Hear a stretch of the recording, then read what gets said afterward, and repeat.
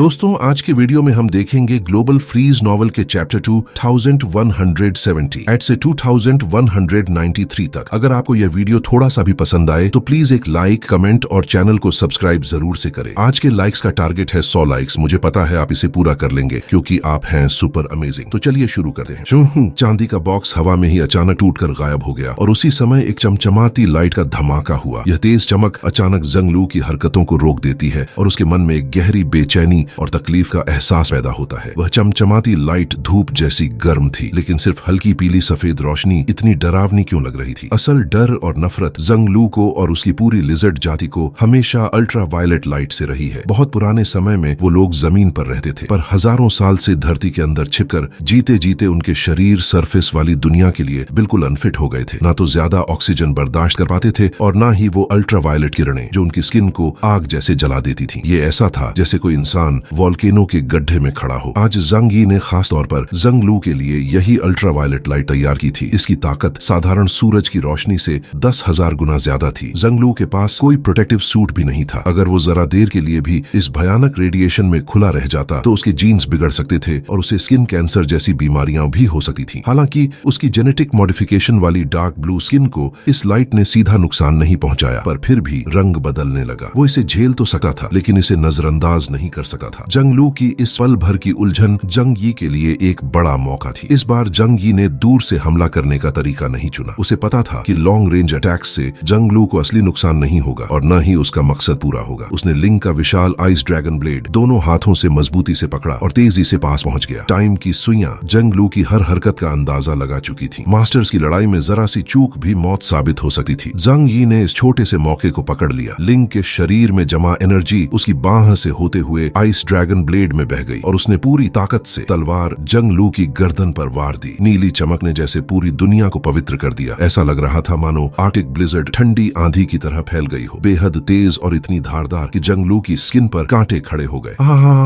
Professor da Vinci, जिसने अपने जहन में एक डूम्सडे सेफ हाउस की याद बना रखी थी, सामने के दृश्य को घूरते ही रह गए। ये घेराबंदी कैसी हुई? उन्होंने मन ही मन सोचा। असल में तो उन्होंने दुश्मन की दीवारों के बाहर अपनी ही मजबूत दीवार खड़ी कर दी थी। ये कोई रक्षात्मक चाल नहीं थी, बल्कि एक जोरदार पलटवार था। केओस सचमुच यही है, क्योंकि पूरी दुनिया में शायद ही कोई ऐसा होगा जो इतनी बड़ी, भारी भरकम और बेढंगी मैकेनिकल लाइफ फॉर्म्स को एकदम सही हालत में अपने देश वापस पहुंचा सके। यहाँ तक कि कोलंबिया भी ये काम नहीं कर पाया था। कोलंबिया ने युद्ध जीतने के बाद ज्यादातर मैकेनिकल लाइफ फॉर्म्स को फेंक दिया था और सिर्फ कुछ कोर हिस्से ही बचाए थे, क्योंकि उत्तरी बर्फीली भूमि फ्रीमॉन्स से इन भारी युद्ध राक्षसों को सीमा तक लाना और फिर वॉरशिप पर लाद कर देश वापस ले जाना बेहद मुश्किल काम था। मैकेनिकल लाइफ फॉर्म्स की रिसर्च में कोलंबिया वाक्सू से बहुत पीछे था। डा विंची ने धीमी आवाज में कहा, तुम लोग बहुत तैयार होकर आए हो। लगता है वुलुआन एम्पायर की एनर्जी शील्ड को तोड़ने का तरीका तुम लोगों ने पहले ही सोच लिया है। फिर थोड़ी देर रुककर बोले, बस अफसोस यही है कि हम वुलुआन एम्पायर के केंद्र में डेथ गॉड ऑफ लव को ब्लास्ट नहीं कर पाए। ये कहते ही यंग शिनशिन के सामने पूरे वुलुआन एम्पायर का एक 3D होलोग्राफिक नक्शा चमक उठा, जैसे कोई विशाल रेत का मॉडल सामने रख दिया हो। उस नक्शे पर साफ दिख रहा था कि एम्पायर के चारों बाहरी शहर आग में जल रहे हैं, जबकि बीच में खड़ा शाही केंद्रीय शहर अभी भी सही सलामत था। यंग शिनशिन की मुस्कान में चालाकी थी। कैसे नहीं, सब कुछ तो हमारे प्लान के मुताबिक चल रहा है। प्रोफेसर दा विंची ने आंखें सिकोड़ते हुए पूछा, तुम और क्या प्लान छिपा रही हो? यंग शिनशिन ने अब छुपाने का नाटक छोड़ दिया। उसने रेत के नक्शे की ओर इशारा करते हुए कहा, इस जंग को शुरू करने से पहले हमने वुलुआन एम्पायर की पूरी डिफेंस सिस्टम का गहराई से अध्ययन किया था। सबसे बाहर की सुरक्षा दीवार है स्काई आयरन कर्टन। यह पहली बाधा है। इसकी शक्ति को हल्के में नहीं लिया जा सकता, लेकिन हमने इसे तोड़ने का तरीका बना लिया है। दूसरी बाधा है लिजर्डमैन सैनिकों और उनके युद्ध हथियारों की सेना। इससे एक भयंकर लड़ाई होना तय है। लेकिन तीसरी बाधा, उसकी आंखों में खतरनाक चमक आ गई और आवाज गहरी हो गई, वो है आत्मविनाश की विधि। ये सुनते ही प्रोफेसर डा विंची और ब्रायन का चेहरा बदल गया। इसका मतलब क्या है? यंग शिनचिन ने समझाया, वुलुआन जाति हजारों साल से भूमिगत दुनिया में रह रही है। हमेशा खतरों में जीते जीते उन्होंने एक भयानक फैसला लिया। इस जमीन के नीचे विनाशकारी हथियारों का विशाल जाल बिछाया गया है। अगर वुलुआन एम्पायर पर आक्रमण हो और उसका विनाश निश्चित लगे तो शाही परिवार इस सिस्टम को एक्टिवेट कर देगा। उस वक्त यहाँ रहने वाला हर जीव नष्ट हो जाएगा। दा विंची की आंखें सिकुड़ गईं। पूरे एम्पायर को नष्ट करना, ये तो बहुत ही क्रूर है, पर क्या सच में ऐसे हथियार मौजूद हैं? वो सोचने लगे कि यह सिर्फ एक शहर को मिटाना नहीं है। इंसानों का सबसे ताकतवर डेथ गॉड ऑफ लव भी किसी छोटे या मंझोले शहर को पूरी तरह तबाह नहीं कर पाया। और वुलुआन एम्पायर का 3 आयामी क्षेत्र तो वाक्सू किंगडम के छोटे प्रांत के बराबर है। यंग शिनचिन ने शांति से कहा, पूरा एम्पायर नष्ट कर देना देना शायद बढ़ा चढ़ाकर कहा गया है, लेकिन सारे संसाधनों को मिटा देना और ज्यादा से ज्यादा लोगों को मार देना यह बिल्कुल संभव है। पर यह नतीजा हमें नहीं चाहिए। हमने इस युद्ध में इतनी मेहनत लगाई है ताकि वुलुवन एम्पायर के रिसोर्सेज का इस्तेमाल कर सके और अपनी हानि पूरी कर सके। उसने ब्रायन और डाविंची की तरफ देखा और कहा, तो आयरन कर्टन टूटने के बाद मुझे तुम दोनों का साथ चाहिए। हम एम्पायर के दिल तक जाएंगे और इस सेल्फ डिस्ट्रक्ट सिस्टम को अपने काबू में करेंगे। डाविंची हंस पड़े। वाह, सुनने में तो यह एक जबरदस्त गेम जैसा लग रहा है। बहुत एक्साइटिंग। मैं तैयार हूँ। वैसे भी बड़े युद्धों में हमारे जैसे हाई लेवल इनह्यूमंस का काम सीधा दुश्मनों का सिर काटना होता है, न कि सैनिकों के साथ आगे की कतार में भागना। मामला तय हो गया, लेकिन उनकी निगाहें बैटलफील्ड पर टिक गईं। पारदर्शी खिड़की से साफ दिख रहा था कि नीला आकाश पूरे वुलुवन एम्पायर को ढक रहा है। वो हिल सकता था मगर टूटा नहीं था। ये एम्पायर हजारों सालों से अनगिनत आक्रमण झेल चुका था और आयरन कर्टन ने हमेशा उसे बचाए रखा था। डा विंची सोचने लगे, आखिर तुम इसे तोड़ोगे कैसे? कोलंबिया की सबसे एडवांस्ड तोपें भी इस डिफेंस को भेद नहीं सकती। लू केरन बोली, फिक्र मत करो, हम रास्ता निकाल लेंगे। वो खड़ी हुई और यांग शिनशिन को हाथ हिलाकर बोली, तुम सब यहीं रहो, मैं बैटलफील्ड पर जा रही हूँ। सबने अंगूठा दिखाया। जाओ, अब शहर तुम्हारे भरोसे है। लू केरन सफेद चमकदार आर्मर पहने विशाल स्नोवी आउल से नीचे उतरी। कुछ ही देर बाद बैटलफील्ड से भयानक गड़गड़ाहट गूंज उठी। ईस्ट सिटी की दीवारों पर डटे हुए लिजर्डमैन सैनिक जो मरते दम तक लड़ने का संकल्प ले चुके थे चौंक गए, क्योंकि सामने खड़े भारी भरकम मैकेनिकल लाइफ फॉर्म्स की कतार धीरे धीरे हटने लगी। धड़ाम! अचानक आकाश से गूंजती हुई दहाड़ आई। अंधेरे से एक विशालकाय ड्रैगन जैसी छाया धीरे धीरे उभरती चली आई। उसका बो इतना विशाल और दबाव भरा था कि उसे देखकर ही दिल कांप उठा। उसकी ऊंचाई और चौड़ाई मैकेनिकल लाइफ फॉर्म से भी ज्यादा थी। सबसे डरावनी बात यह थी कि अंधेरे से उसका अंतहीन शरीर निकलता ही चला जा रहा था। एक अकल्पनीय सुपर बैटलशिप सामने था, दुनिया के सबसे बड़े एयरक्राफ्ट कैरियर से भी कई गुना बड़ा। चंग युएन क्लैन का यह सुपर बैटलशिप होमलैंड पहली बार इंसानों की जंग में उतरा था। ये क्या है? एक शिप ईस्ट डिस्ट्रिक्ट का कमांडर बैंगम कांपते हुए बोला, हमारी तकनीक से तो ऐसा कुछ बन ही नहीं सकता। क्या यह भी चंग युएन क्लैन की विरासत से मिला है? उसी समय लू केरेन पहले ही होप बैटलशिप के कंट्रोल रूम में पहुंच चुकी थी। उसने बिना कुछ बोले सीधा मुख्य तोप एक्टिवेट कर दी। जहाज के ऊपर एक विशाल लाल क्रिस्टल था। दूर से देखने पर ऐसा लगता था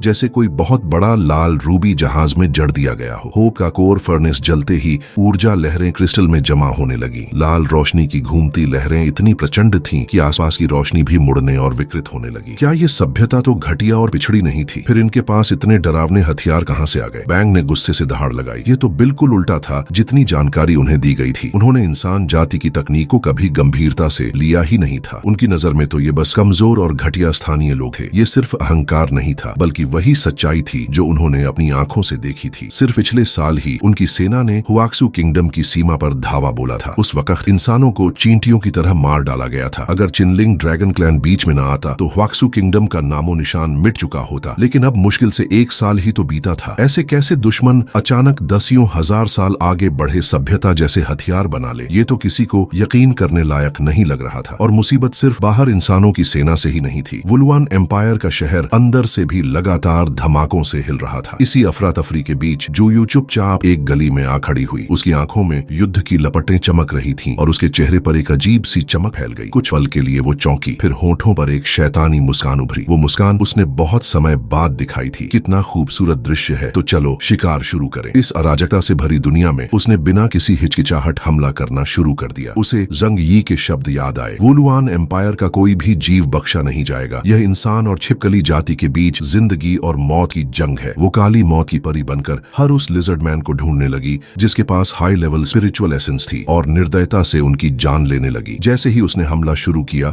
उसके शरीर से घना काला धुआं फैलने लगा। ये वही ताकत थी जो सिल्वर आर्मर्ड जनरल बेडिसगा की थी। स्मोक, यानी ऐसा धुआं जो बेहद जहरीला और गलाने वाला था। यह धुआं किसी भी जीव को धीरे धीरे लकड़ी में बदल देता था। जलते शहर की धुंध और इस धुएं की परत मिलकर एक हो गई और किसी को पता भी नहीं चला कि मौत उनके आसपास तैर रही है। जो भी लिजर्डमैन इस धुएं की चपेट में आया, उसकी त्वचा पेड़ की छाल जैसी हो गई। वो दहाड़ मारते हुए चीखते, अपने शरीर को लकड़ी में बदलते देख कुछ ही देर में पूरा शरीर लकड़ी बन जाता और उस पर सुंदर फूल खिल उठते। फूलों के अंदर से और भी जहरीला धुआं बाहर निकलने लगा। अब तो कोई हिचकिचाहट नहीं थी। हर लिजर्डमैन की जान खुलेआम और बिना भेदभाव ली जानी थी। ठीक वैसे ही जैसे बेडिसगार और उसकी सेना ने हुआक्सू नेशन के इलाकों में इंसानों का कत्लेआम किया था। वुलुवन एम्पायर की विशाल आयरन कर्टन डिफेंस दरअसल 200 से ज्यादा एनर्जी टावर्स से चलती थी। ये टावर्स इतनी सख्त पहरेदारी में थे कि इनसे निकलने वाली एनर्जी किसी भी मानव न्यूक्लियर रिएक्टर से सैकड़ों गुना ज्यादा थी। ये एम्पायर की सबसे ऊंची तकनीक का नतीजा था और अगर कोई इस क्षेत्र पर हमला करता तो कीमत बेहद भारी चुकानी पड़ती। पड़ती। लेकिन जहां टावर्स मजबूत थे वहीं एनर्जी पाइपलाइंस का लंबा चौड़ा जाल सुरक्षा में उतना कड़ा नहीं था। इसीलिए उन जगहों को मिलिट्री क्षेत्र घोषित कर दिया गया था ताकि आम लिजर्डमैन गलती से छू न ले। पर यही पाइपलाइंस दुश्मनों के लिए संकेत बन गई, जिनसे रास्तों का विश्लेषण करना आसान हो गया। जंग यी ने पिछली यात्रा में ही सारी जानकारी जुटा ली थी। धरती की गहराई में वो विशाल ड्रैगन कैट, जो अब सभी सुरंग खोदने वाले जानवरों का राजा बन चुका था, अपने झुंड के साथ एनर्जी पाइपलाइंस पर पागलों की तरह टूट पड़ा। उनके दांत और पंजे ही उनकी ताकत थे, पर इतने ताकतवर कि हीरे भी तोड़ डाले। तो फिर पाइपलाइंस भला कैसे बचती? उन्होंने काटा, नोचा और टुकड़े टुकड़े कर डाला। कुछ ही देर में वुलुआन एम्पायर के आयरन कर्टन कंट्रोल सेंटर को रिपोर्ट मिली। शहर के दर्जनों एनर्जी पाइपलाइंस गड़बड़ी दिखा रहे थे। ये वैसा ही था जैसे किसी बड़ी नदी का पानी बीच से रोक दिया जाए। ये क्या हो रहा है? अधिकारी का दिल जोर से धड़कने लगा और माथे से पसीना बह निकला। मानचित्र पर साफ दिख रहा था, कम से कम 5वां हिस्सा पाइपलाइंस बंद हो चुका था और ये युद्ध का समय था। यह तो सीधी सीधी घातक समस्या थी। क्या ये पिछले धमाकों का असर है? नहीं, बिल्कुल असंभव। ये सब पाइपलाइंस तो 1000 मीटर गहरे दबे हैं। सबसे बड़ा धमाका भी इन्हें नहीं हिला सकता, और यहां तो एक साथ दर्जनों पाइपलाइंस बंद हो रही हैं। वो अधिकारी अपना सिर पकड़कर पागलों की तरह चिल्लाया, क्या दुश्मन के इंजीनियर्स हमारी एम्पायर में घुस आए हैं? लेकिन कोई जवाब नहीं दे सका। ये सोच ही इतनी अजीब और असंभव लग रही थी। आखिर एम्पायर का स्काई आइस सिस्टम हर जगह नजर रखता था। इतना बड़ा इंजीनियरिंग दल बिना आवाज किए एम्पायर में घुसकर पाइपलाइंस पर एक साथ हमला कैसे कर सका है? जाओ, तुरंत जांच करो, इन जगहों को ठीक करो और एनर्जी का प्रवाह किसी भी हालत में न रुकने दो। अधिकारी ने आदेश दिया, मगर उसके सहायकों के चेहरे पर लाचारी थी। बाहर युद्ध और अव्यवस्था है और हम भी उसी से प्रभावित हैं। हमारे पास इन जगहों पर भेजने के लिए सैनिक ही नहीं है। एनर्जी एजेंसी के लोग बेहद कुशल तकनीशियन थे। सामान्य हालत में मरम्मत उनके लिए कोई मुश्किल नहीं थी, पर अब दुश्मन हर जगह था। मुरम्मत शुरू करने से पहले उन्हें जान की बाजी लगानी पड़ती, और वो उनकी जिम्मेदारी नहीं थी, क्योंकि कोई बेकार में मरना नहीं चाहता। आखिर में एनर्जी डिपार्टमेंट के अधिकारी ने सिर खुजलाते हुए सेना से मदद मांगने का फैसला किया, लेकिन संपर्क बनाने में भी बहुत देर लगी। सभी सेना इकाइयां पहले ही भारी दबाव में थी, और सच कहें तो एम्पायर के कई विभाग इतने ही जरूरी थे, जैसे डिफेंस इंडस्ट्री, जहां इंपीरियल के गुप्त हथियार रखे थे, या इंफॉर्मेशन सेक्टर, जिसे दुश्मन ने पकड़ लिया तो पूरा एम्पायर लकवाग्रस्त हो जाता। हर कोई सुरक्षा मांग रहा था। एनर्जी सेक्टर भी बाकी प्रशासनिक विभागों से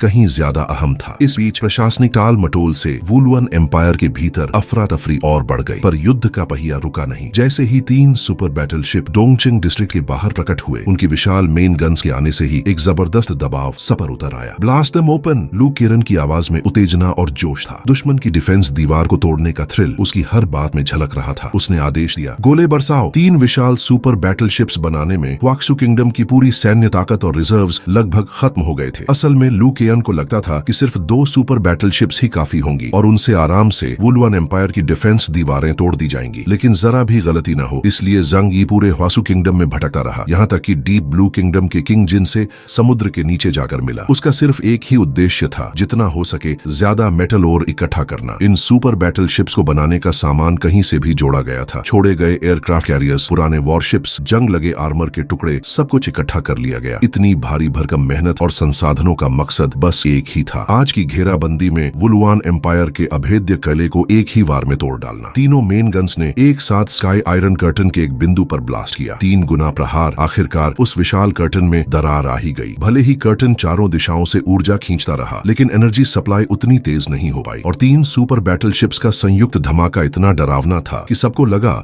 उनके कानों में छर्र छर्र की आवाज गूंज रही है। ये कोई धोखा नहीं था। आसमान में फैली नीली आयरन कर्टन सचमुच फट चुकी थी। सैकड़ों वर्ग मीटर का गैप बन गया और वहां से अनगिनत दरारें चारों तरफ फैल गईं। गैप के सामने का बड़ा हिस्सा अचानक धड़ाम से गिर पड़ा। बाकी बची एनर्जी एक विशाल लाल बीम बन गई और सीधा ईस्ट सिटी पर जा गिरी। शहर की दीवारें टूटकर मलबे का आकाश बन गई। चाहे कितना भी रीइंफोर्स कंक्रीट हो, 3 सुपर बैटलशिप्स की मेन गन्स के सामने सब रेत के ढेर जैसा ढह गया। निकली हुई एनर्जी ने आगे दर्जनों किलोमीटर का क्षेत्र साफ कर दिया। वहां जो भी था सब नष्ट। बैंग और राइन की आंखें सिकुड़ गईं। ये वही दृश्य था जिसे वो सबसे ज्यादा टालना चाहते थे। दूसरी ओर ह्वाक्सू नेशनल अलायंस की सेना में जैसे ज्वालामुखी फट पड़ा। सब पागलों की तरह खुशी से चिल्लाए। दिलों में सालों से दबा गुस्सा अब बाहर निकल आया था। पहले जब वुलुआन एम्पायर की ऊंची सभ्यता का सामना करना पड़ता तो इंसान सिर्फ मार खा सकते थे। सिल्वर आर्मर्ड जनरल्स और सायन आर्मर्ड वॉरियर्स बिना रोक टोक शहरों में घुस आते और और निर्दयता से कत्लेआम करते। लेकिन आज हालात पलट चुके थे। अब इंसान हमलावर थे। अब वो दुश्मन की दीवारें तोड़कर उसकी हर चीज छीनने आए थे। हर सैनिक अपनी मुट्ठियां कस रहा था, चार्ज करने को तैयार। लेकिन यांग सिनचिन का आदेश आने तक कोई हिला तक नहीं। ये अनुशासित लोहे जैसी सख्त सेना थी। यहाँ तक कि सबसे छोटा सैनिक भी अपने अपने इलाके का कैप्टन लेवल एलीट था। बिना आदेश कोई आगे नहीं बढ़ सकता था। यांग सिनचिन ने मौका देखा और तुरंत आदेश दिया, उनकी डिफेंस तोड़ो, अंदर घुसो, किसी को मत छोड़ो। 12 विशाल मैकेनिकल लाइफ फॉर्म्स धीरे धीरे चल पड़े। भले ही उनकी चाल तेज न थी, लेकिन हर कदम सैकड़ों मीटर की दूरी पार कर लेता था। वे दीवार जैसे बनकर आगे बढ़े और उनके पीछे से जमीन हिलाने वाली गड़गड़ाहट गूंजी। असल में ये 12 तो बस पर्दा थे। उनके पीछे थे 50,000 कॉम्बैट मैकेनिकल लाइफ फॉर्म्स। ये शुद्ध लड़ाकू मशीनें थीं, उन इंजीनियरी वाले यूनिट से बिल्कुल अलग जो पहले देखे गए थे। इनका काम बस एक था, लड़ना और मारना। यांग सिनचिन ने इंसान सैनिकों को रुकने का आदेश दिया। पहले मैकेनिकल आर्मी ब्रीच बनाएगी, फिर इंसान सेना अंदर जाएगी। उसे जंग यी की बात याद थी। मशीन्स को नष्ट होने पर फिर से बनाया जा सकता है, लेकिन इन एलीट सैनिकों की मौत जल्दी पूरी नहीं की जा सकती। ये पूरे ह्वाक्सू किंगडम की ताकत का नुकसान होगा। तो स्ट्रेटेजी साफ थी, सैनिकों को बचाना और कैजुअलिटीज को कम करना। लेकिन जीत सबसे ऊपर थी। 12 super large mechanical life forms ने एनर्जी शील्ड्स उठा रखे थे। उनकी आड़ में 50,000 मशीन्स पागल कुत्तों की तरह दौड़ पड़ी। उनके हाथों में लेजर वेपन्स थे। हजारों लेजर कैनन्स मीटियर्स की बारिश की तरह गैप से अंदर बरसने लगे। लाइन पकड़ो, मर भी गए तो भी इन्हें शहर में मत घुसने देना।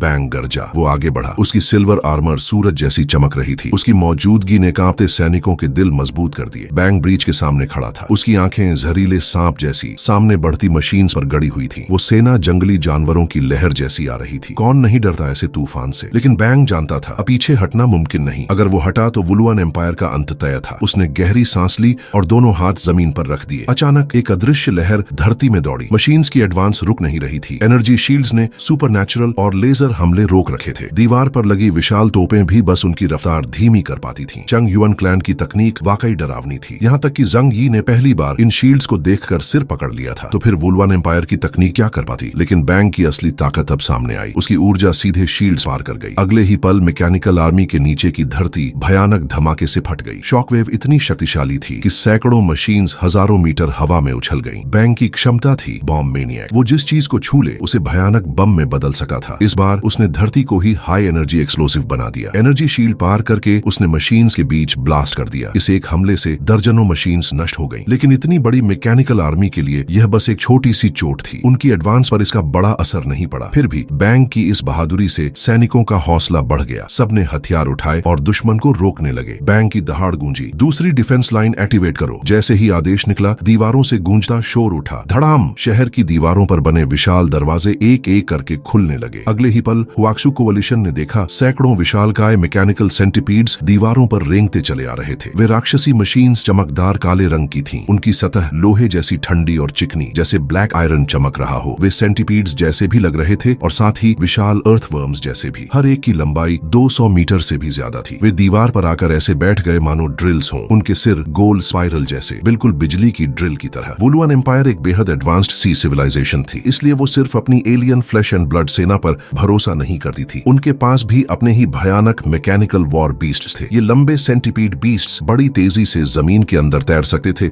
और गुपचुप धरती के नीचे भी निकल जाते थे। आयरन कर्टन टूटने के बाद इन्हें आपातकालीन रक्षा के लिए लाया गया। ये उनका पहला बड़ा प्रकट होना था। इन विशाल जानवरों के सिर पर सैकड़ों हरे चमकते एमरल्ड आईज, लेजर लॉन्चर्स और दूर तक देखने वाले सर्वेलेंस सिस्टम्स लगे थे। वे दीवार पर लहरों की तरह रेंगते हुए गैप को ढकने लगे। Swish swish swish swish. चारों तरफ लेजर बारिश की तरह बरसने लगे। इन सेंटिपीड वॉर बीस्ट्स और कोएलिशन की मैकेनिकल लाइफ फॉर्म्स के बीच दूर से एनर्जी की बांट शुरू हो गई। दोनों तरफ सिर्फ मशीन्स थीं। उन्हें मौत का कोई डर नहीं था। भयंकर लेजर ब्लास्ट्स ने हजारों मशीन्स को पल भर में मिट्टी में मिला दिया। लेकिन फिर भी मैकेनिकल लाइफ फॉर्म्स पूरी रफ्तार से शहर की दीवार के नीचे पहुंच गई। कुछ हजार की मौत कोई मायने नहीं रखती थी। अगर वे डिफेंस लाइन पार कर जाते तो शहर का हर कोना उनकी तबाही से भर जाता। और उनके पीछे तो अभी भी 12 विशाल सुपर मैकेनिकल लाइफ फॉर्म्स और 3 भारी भरकम वॉरशिप्स खड़े थे। दीवार के चारों ओर सैकड़ों मील तक का इलाका लेजर एक्सप्लोजन्स की रोशनी से चमक उठा। हर जगह रंग बिरंगे धमाके, मानो आतिशबाजी हो, लेकिन इतने डरावने कि इंसानी सैनिकों की रूह कांप गई। अगर वे इस मैकेनिकल आर्मी के पीछे पीछे लापरवाही से कूद जाते तो यकीनन पल भर में मारे जाते। 6 जिलों से आए एलियंस भी ये नजारा देखकर दंग रह गए। उनके मन में अजीब सा ख्याल आया, क्या वाकई हमारी 6 जिलों की सेना भी जांग यी की टीम से भिड़ सकती है? असलियत ये थी कि उन्होंने बड़ी मात्रा में एनर्जी दी थी, लेकिन असली टेक्नोलॉजी और हथियार तो जांग ही और उसकी टीम ने दिए थे। इसी बीच एक विशालकाय मैकेनिकल लाइफ फॉर्म शहर की दीवार की ओर गड़गड़ाता हुआ बढ़ा। तभी ऊपर से एक मोटा और लंबा मैकेनिकल सेंटिपीड जानवर दीवार से कूदा और हरे रंग की एनर्जी बीम उस पर दाग दी। मैकेनिकल लाइफ फॉर्म ने तुरंत एनर्जी शील्ड एक्टिवेट कर लिया और हमले को रोक दिया, लेकिन अगले ही पल दोनों आमने सामने आकर भिड़ गए। हर तरफ लोहे टूटने, मशीनों के टकराने और इस्पात के कुचलने की आवाज गूंजने लगी। ये लड़ाई मशीन्स और वॉर बीस्ट्स के बीच की थी, बिल्कुल नृशंस और डरावनी। हरे रंग का इंजन ऑयल खून की तरह बह रहा था और जमीन को डुबो रहा था। आसमान का आयरन कर्टन धीरे धीरे अपने दरार भरने लगा था, लेकिन कोalition के सुपर मैकेनिकल लाइफ फॉर्म्स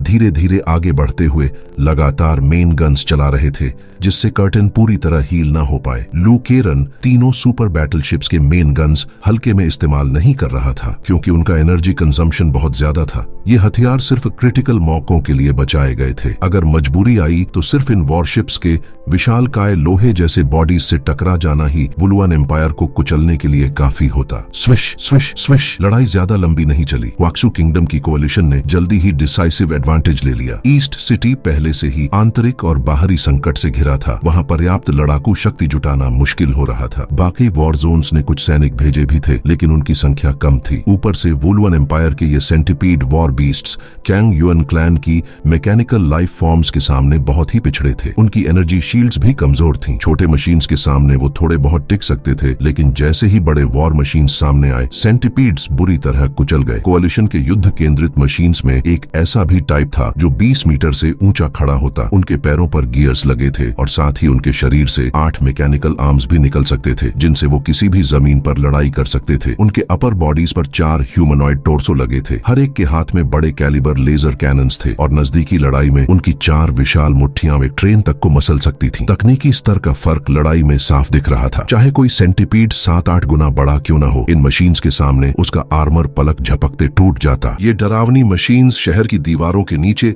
धड़ाम से गिरते हुए क्रैक्स में घुस गईं। सिर्फ उनके गिरने से ही सैकड़ों लिजर्डमैन हवा में उड़ गए। बैंग और राइन ने तुरंत रास्ता रोक लिया। बैंग ने अपना दायां हाथ खोला और उसके हाथ में पीली पारदर्शी एनर्जी की गेंद बन गई। उसने उसे जमीन पर दबाया। अगले ही पल भयंकर हाई एनर्जी ब्लास्ट जमीन से फूट पड़ा और एक बड़े वॉर बीस्ट को उल्टा उछालकर दूर फेंक दिया। लेकिन एक को उड़ाना काफी नहीं था, क्योंकि दर्जनों और मशीन्स झुंड में दौड़ रहे थे। कोalition की मशीन्स ने एनर्जी शील्ड्स आगे कर दिए और नजदीक आकर उन सेंटिपीड वॉर बीस्ट को चीर फाड़ डाला, जैसे कोई स्नैक्स तोड़ रहा हो। हर तरफ आर्मर के टुकड़े और तेल के छींटे उड़ रहे थे। ये था असली फर्क, एक पूरी तरह अलग स्तर की टेक्नोलॉजिकल सिविलाइजेशन। लिजर्डमैन सैनिक स्तब्ध खड़े रह गए। इंसानों के इस हमले की ताकत उनकी उम्मीद से बहुत आगे थी। उनके दिलों में हताशा की चिंगारी फूट पड़ी। महल के अंदर शाही परिवार के बड़े बड़े लोग बैटलफील्ड का प्रोजेक्शन देखते रह गए। उनके शरीर ठंड से जम गए थे। ये कौन सी सिविलाइजेशन है? कौन हम पर हमला कर रहा है? एम्परर सीई गुस्से में मेज पर हाथ पटकते हुए दहाड़ा। मैं किसी हाल में नहीं मानूंगा कि ये सब उस कमजोर इंसानी कौम की सेना है। लेकिन उसके दिल का डर छुप नहीं पाया। उसके हाथ हल्के हल्के कांप रहे थे। बहुत लंबी शांति ने उसके मन को नरम बना दिया था। भले ही वो बुद्धिमान राजा था, अब उसका धैर्य टूट रहा था। वो ये मान सकता था कि किसी दूर की लड़ाई में उनकी सेना हार जाए, लेकिन अपने साम्राज्य की धरती पर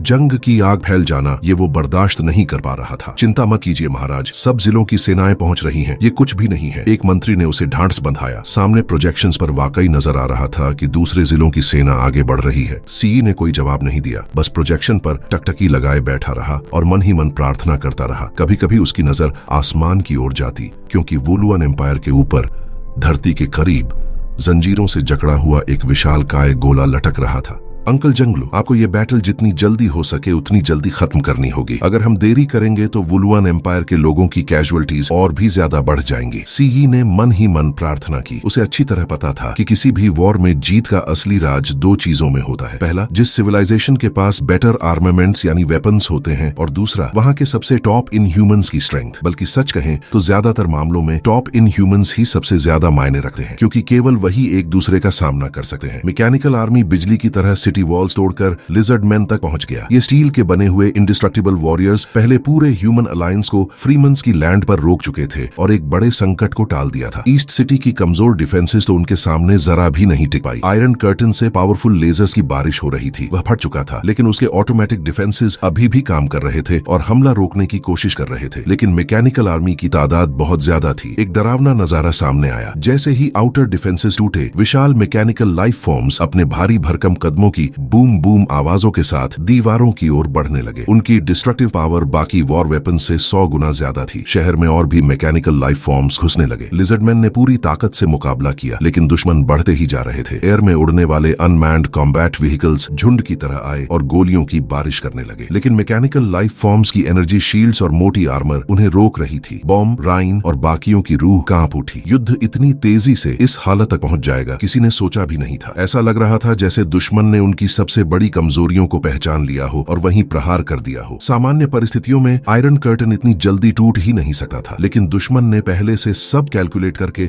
बिल्कुल सही समय पर हमला किया। पूरा अटैक ऐसे चल रहा था जैसे बार बार प्रैक्टिस की गई हो, और हकीकत में यही हुआ था। ये सब यंग शिनशिन की कैलकुलेशन में पहले से था। War games. उसके पास इतनी इंटेलिजेंस थी कि वह बैटलफील्ड पर होने वाली घटनाओं की पूरी भविष्यवाणी कर सकती थी। ये नतीजे उसके लिए सिर्फ एक्सपेक्टेड थे और इससे आगे भी सब कुछ प्रेडिक्टेबल था। यांग शिनशिन कमांड सेंटर में रुकने वाली नहीं थी। आयरन कर्टन टूटे ही और मैकेनिकल कॉर्प के सिटी वॉल्स से अंदर पहुंचते ही सब पहले से तय था। अब कोई सरप्राइज नहीं होने वाला था। उसके पास एक और बड़ा काम था, वुलुआन एम्पायर का सेल्फ डिस्ट्रक्ट सिस्टम डिसेबल करना। उसने लैब्राडोर और प्रोफेसर दा विंची को कहा, आप दोनों मेरे साथ इंपीरियल सिटी चलिए। उसके साथ एक मजबूत फीमेल वॉरियर भी थी, स्नो माइल बैम, जो साउथ वेस्ट रीजन की इप्सिलॉन लेवल एलियन थी। यंग शिनशिन अकेले भी मिशन पूरा करने में सक्षम थी, लेकिन इस बार जांग यी ने हर इनह्यूमन के साथ सिक्योरिटी गार्ड भेजा था। बैम के पास पावरफुल मेले स्किल्स थी और वह यांग शिनशिन की बॉडीगार्ड थी। बाकी टीम के अपने अपने मिशन थे। सबसे कठिन काम यांग शिनशिन और ब्रायन को मिला था। 3 इप्सिलॉन लेवल इनह्यूमंस और एक फ्रैंकेनस्टाइन का मॉन्स्टर जिसकी शक्ति अज्ञात थी लेकिन बहुत खतरनाक। यही एक कॉम्बिनेशन था जो वुलुआन एम्पायर के सेल्फ डिस्ट्रक्ट सिस्टम को कंट्रोल कर सकता था। ओके, ये काफी चैलेंजिंग है ना, let's go. Professor da Vinci ने उत्साहित होकर कहा, जैसे उसे ये एडवेंचर बहुत पसंद हो। उसने अपने दाएं हाथ की कलाई उठाई। वहां एक वॉच जैसा डिवाइस था। उसने बटन दबाया और अचानक एक ट्रांसपेरेंट मेम्ब्रेन बाहर निकला जिसने उसे पूरी तरह ढक लिया। ग्रेट, अब चलते हैं। यंग शिनशिन ने हैरानी से पूछा, ये क्या है? कोलंबिया की latest tech battle suit. Professor da Vinci ने चालाकी से मुस्कुराते हुए कहा, नहीं नहीं, ये मेरी पर्सनल पैटेंट है। मैं इतनी आसानी से दूसरों को असली चीज थोड़े ही दूंगा। ब्रायन ने धीरे से कहा, असल में ये सूट बहुत एक्सपेंसिव है, या शायद प्रोफेसर ने रिसर्च फंड्स हड़प लिए हैं। शट अप, दा विंची ने गुस्से में कहा। सब लोग कमांड सेंटर से बाहर निकल गए। फ्रंट पर बैटल जोरों पर था। मैकेनिकल आर्मी लगातार हमला कर रहा था